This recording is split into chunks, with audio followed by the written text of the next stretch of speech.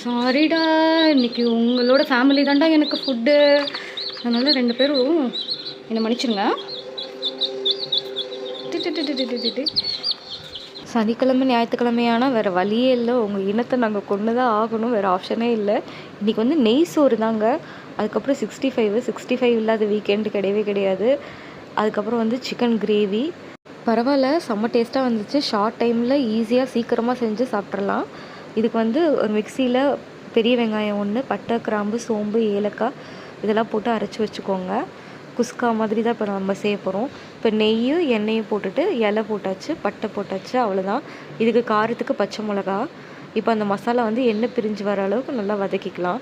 இது வந்து தக்காளி ஆப்ஷனல் தான். உங்களுக்கு வெள்ளை கலரில் குஸ்கா வேணும், அந்த முஸ்லீம் ஸ்டைலில் வேணும்னா நீங்கள் தக்காளியை அவாய்ட் பண்ணிடலாம். எனக்கு வந்து தக்காளி ஃப்ளேவர் பிடிக்கும், அதனால் நான் தக்காளி போட்டிருக்கேன். இப்போ கல்லுப்பு கொஞ்சம் ஆட் பண்ணிக்கலாம். இது வந்து மூடி வச்சிடலாம், ஏன்னா மசாலா வந்து எண்ணெய் பிரிஞ்சு வரட்டும். இதுக்கு சைடில் வந்து எண்ணெய் கொஞ்சம் நெய் ஊற்றி நம்ம கேஷ்யூ நட்ஸை கொஞ்சம் வறுத்து வச்சுக்கலாம். அப்புறம் ப்ரௌன் ஆனியனையும் ரெடி பண்ணி வச்சுக்கலாம்.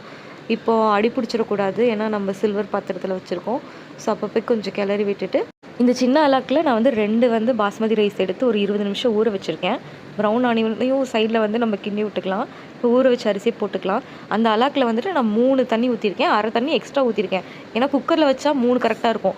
தம்மில் வைக்கிறதுனால நம்ம ஒரு அரை இது எக்ஸ்ட்ரா தான் ஊற்றணும். சில்வர் பாத்திரம் வேறு அடி பிடிக்கக்கூடாதுன்றதுக்காண்டி இப்போ புதினா கொத்தமல்லியெல்லாம் போட்டுட்டு லெமனை புழிஞ்சு விட்டுட்டு நம்ம அந்த கேஷ்யூ நட்ஸையும் போட்டுட்டு மூடி வச்சிடலாம். இது அந்த ஆவி வெளியே வரக்கூடாதுன்றதுக்காண்டி நான் ஒரு கல் எடுத்து வச்சுட்டேன்.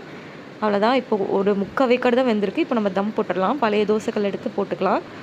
இதில் வந்து அந்த ப்ரௌன் ஆனியனே அப்படியே தூவி விட்டுட்டு நம்ம அப்படியே மூடி போட்டு மூடி வச்சுட்டு ஒரு 10 to 15 மினிட்ஸ் போதும். ஏன்னா நம்ம ஆல்ரெடி ஒரு 20 மினிட்ஸ் ஊற வச்சிருக்கனால சீக்கிரமாகவே அரிசி வந்து வெந்துடும். அவ்வளோதான். பாருங்கள், உங்களுக்கு லாஸ்ட்டாக வேணும்னா இன்னும் கொஞ்சம் நெய் கூட ஆட் பண்ணிக்கோங்க.